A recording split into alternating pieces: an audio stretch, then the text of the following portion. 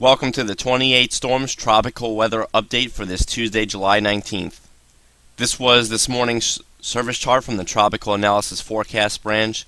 As you can see, we still have Tropical Storm Dora out here in the eastern Pacific. It's expected to become a minimal hurricane very soon. We also have Tropical Storm Bret still churning out here in the western Atlantic, although it's now moving out to sea and is steadily weakening. And we also have a tropical wave interacting with an upper-level low located between Puerto Rico and Hispaniola, but it's interacting with an upper-level low, and conditions should remain unfavorable. And perhaps the next major player here is this tropical wave approaching 40 degrees west out in the central Atlantic, and we'll show more on that when we get to the model guidance.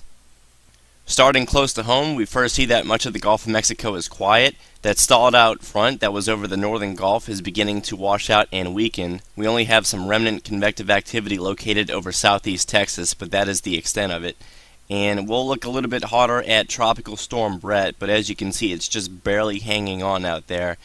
There's the tropical wave that I noted between Puerto Rico and Hispaniola, but if we look at the latest water vapor, you'll see that there's a fairly hefty upper-level low located directly over Hispaniola, and that's really acting to rip apart any convection that does form.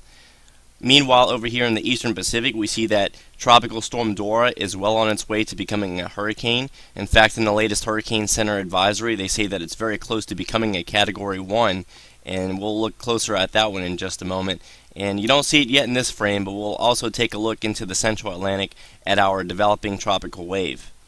First off, this was the latest official information on Tropical Storm Bret as of the 11 a.m. forecast advisory from the National Hurricane Center. Maximum sustained winds have decreased to 50 miles per hour, and the storm is now moving toward the north-northeast at 8 miles per hour. Also notice the track takes it between the east coast United States and the island of Bermuda, so we're not that concerned about this storm directly impacting any land masses as it steadily begins to fall apart. The model consensus is in strong agreement with the official forecast track from the NHC, and also by the time the storm gets up into this area, it will more than likely have fallen apart by then.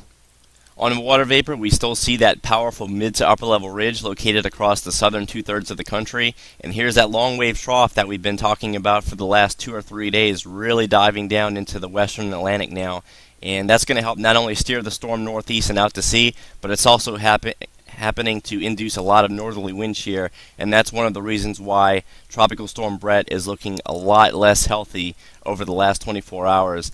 And I'm very sure that it will be downgraded to a tropical depression more than likely within the next day. We can really see the northerly shear in play because as you see on the visible, once again, much of that convection is now displaced along the southern end of the low-level circulation, and as of this current hour, the center is fully exposed to the north, and you can also see this on the latest infrared. The convection is really weak at this time. It's trying to build back over the center, but it's really having a hard time doing so, and I'm sure the conditions are only going to get progressively worse for Tropical Storm Bret as it heads off toward the northeast. By looking at the Sims wind shear analysis, we also see that the northerly shear is really coming in now from the mid-Atlantic and New England states. Also, in the meantime, down toward more of the Gulf of Mexico, Caribbean, and deep tropical Atlantic, we see that more of the basin is steadily becoming more favorable for development. Now, this is going to change day by day, but slowly but surely, week by week, we're going to see more and more portions of the basin become more favorable for tropical development as we head closer to the climatological peak. And we'll start to monitor these little blue areas more and more because these are the areas of favorable upper-level winds aloft.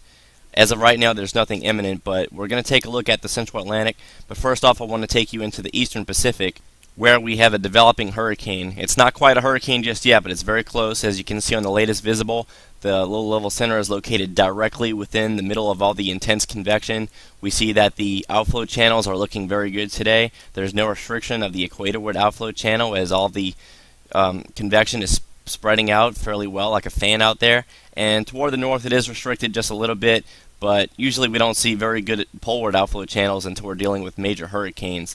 Nevertheless, this is looking like a very healthy tropical storm. As we see on the latest water vapor, there's really not that much indication of any vertical wind shear. There's a lot of abundant moisture. We don't see any pockets of significant dry air anywhere close to the tropical cyclone. As of the 8 a.m. Pacific Advisory from the National Hurricane Center, maximum sustained winds are now 70 miles per hour. It's moving off toward the west-northwest at 15 miles per hour, and as noted, it's going to become a hurricane at any moment. In fact, this could even become a hurricane before I finish uploading this video. And Tropical Storm Dora is expected to continue to move off toward the west-northwest, remaining just south of Mexico throughout the period. By day 5, the southern half of the Baja Peninsula is within the margin of error, but the one good bit of news is that once it gets out into that region, sea surface temperatures are a bit cooler and the upper level environment may not be quite as favorable. So it's very likely that Dora will weaken to at least a tropical storm by the mid to latter half of the weekend, but not before it possibly becomes a major hurricane by early Thursday morning. Here's the latest tropical model plot, and as you can see, the Hurricane Center official forecast is right in the middle of this swath, and it's going to continue to stay just to the south of Mexico, so we're looking fairly good. And here is the impressive intensity model forecast. As you can see, just about all of the models take this to an upper end Category 2 or possibly even Category 3 hurricane over the next 48 to 72 hours. Here's another quick look at the mid-level steering. Once again, that mid-level ridge over much of the North American region right now is going to continue to move Tropical Storm Dora safely toward the west-northwest, keeping it away from Mexico. And finally, perhaps the biggest tropical feature that we will be talking about over the next week is now beginning to approach 35 degrees west longitude. This is by far one of the highest amplitude tropical waves that have come off the coast of Africa so far this season. That's not to say it will develop, but it certainly bears watching, especially as it gets more toward the western half of the Atlantic. If we look at the latest infrared, we see that there's really not that much convection associated with it, and that's because there's still a lot of dry air out here in the central Atlantic, and that's associated with the Saharan air layer, or a lot of African dust that gets kicked up off the African continent and gets blown toward the west by the trade winds. And it looks like it will be battling a lot of dry air for at least the next 3 to 5 days.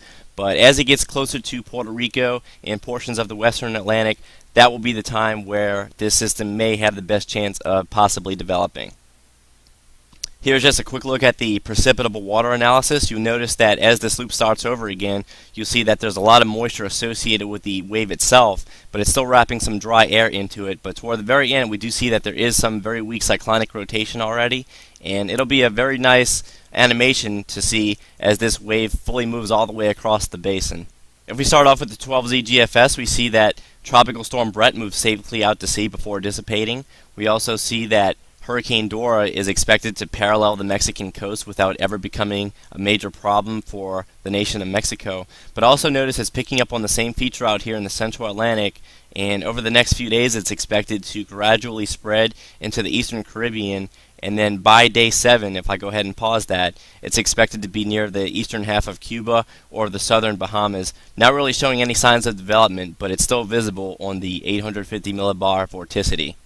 Now, the 12Z Canadian agrees that both Bret and Dora will not be an issue, but if we focus toward the central Atlantic as the animation begins, notice that it doesn't do much with the tropical wave over the first few days, but once it passes 60 degrees west, it really begins to show some promising signs for potential tropical development here to the north of Hispaniola. Again, the Canadian is usually the most overdeveloping type of model. It always likes to overdevelop tropical systems, but when all the models are picking up on the same feature, it's still something to keep a close watch on. We're now looking at the 12Z ECMWF 850 vorticity forecast. This is the state of Florida. This is the Greater Antilles, including Puerto Rico right here. This is the Lesser Antilles. And focus your attention to the eastern half of the screen where we now have our tropical wave beginning to appear in the forecast model. This is now on day 1, day 2, day 3, day 4. Still nothing really going on, but by day 4 it's approaching the northern half of the Lesser Antilles. By day 5 it's now directly over Puerto Rico, and the vorticity max associated with it is increasing just a little. And by day 6 it's located just to the north of Hispaniola, and much like the Canadian CMC model, it also begins to max out the vorticity just north of Hispaniola. In other words, it is slowly developing it just a little bit, but by 168 hours it begins to lose some of its intensity as it continues to march on off toward the western half of the Bahamas. So both of our current tropical storms are expected to be no threat. Over the coming days, the main emphasis will be on the tropical wave in the central Atlantic. As of right now, it will not be showing any signs of development, or more than likely will not be showing signs of development over the next 3 to 5 days. But as it gets closer to the western Atlantic, it may have a shot. Either way, we're getting closer to that time of the year where we begin to closely monitor every single tropical wave that begins to exit the coast of Africa. So stick with 28storms.com. We'll have another video analysis by tomorrow afternoon.